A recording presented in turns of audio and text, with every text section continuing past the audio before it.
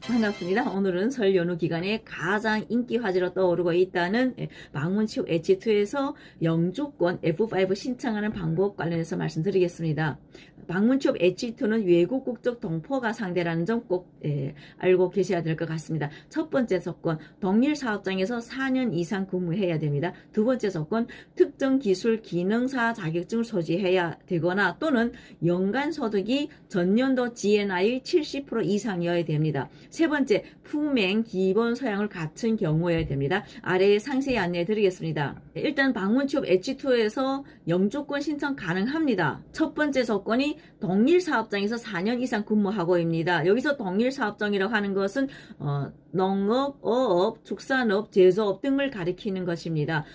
기본 조건은 특례 고용 가능한 업체에서 출입국 관리사무소에 취업 신고가 되어 있어야만 영주권 신청이 가능합니다. 어떤 분들은 같은 업종에서 4년 10개월 이상 근무하는 경우가 있습니다. 근데 1년은 취업신고가 되지 않고 3년 이상만 취업신고가 되어 있다. 이런 경우에는 영주권 신청이 안 된다는 점 또 참고하셔야 될 것 같습니다.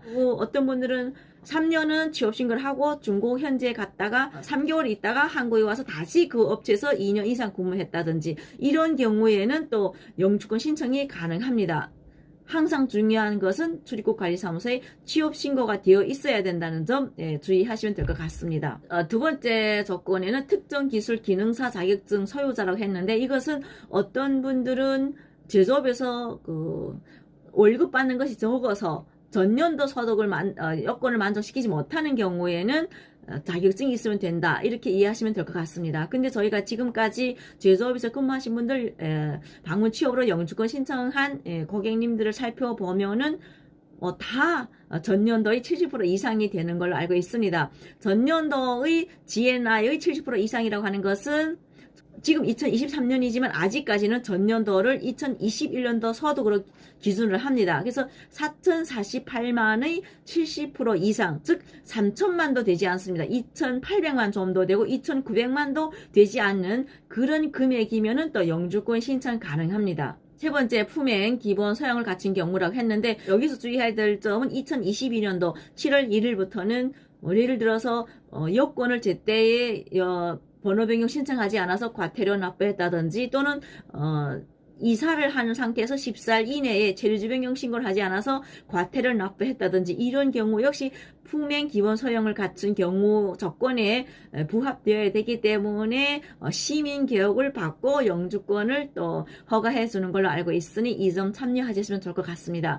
다시 한번 오늘의 내용을 정리해 드리겠습니다. 방문 취업 H2에서 영주권 F5로 신청 가능합니다. 단 동일 사업장에서 4년 이상 근무해야 합니다. 이때는 꼭 출입국 관리사무소에 취업 신고를 해야 된다는 점 주의하셔야 될 것 같습니다. 그리고 소득은 전년도 기준 4,048만의 70% 이상인데 만약에 그 소득이 3천만원 되지, 2,900만원 이하입니다. 이것이. 근데 그 소득을, 만족시키지 못한다. 이런 경우에는 국가에서 인정하는 기능사 자격증을 취득하셨어도 소득은 되지 않지만 영주권 신청 가능합니다. 그리고 품행 기본 소양은 당연히 갖춰야 된다는 점 주의하시고 참고하시면 될 것 같습니다. 2022년도에 방문 취업 H2에서 F5 영주권을 신청하신 분들이 꽤 많이 있습니다.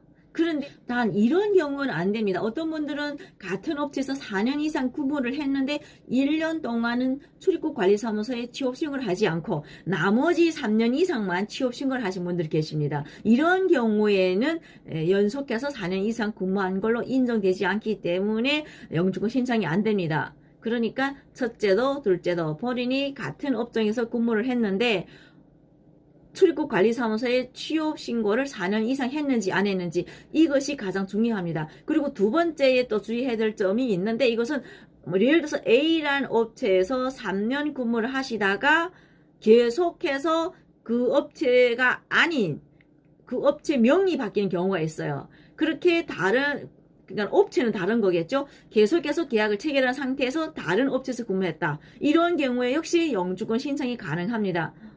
즉 어떤 경우가 있냐면은 지금 법인 업체에서 5년에 한 번씩 그 대표자를 바꾼다든지 또는 법인 회사 이름을 바꾸는 경우가 있는 걸 알고 있습니다. 이런 경우에는 그것이 만약에 같은 업종에서 연속해서 근무를 했고 출입국 관리사무소에 취업 신고를 했을 때는 영주권 신청 가능합니다.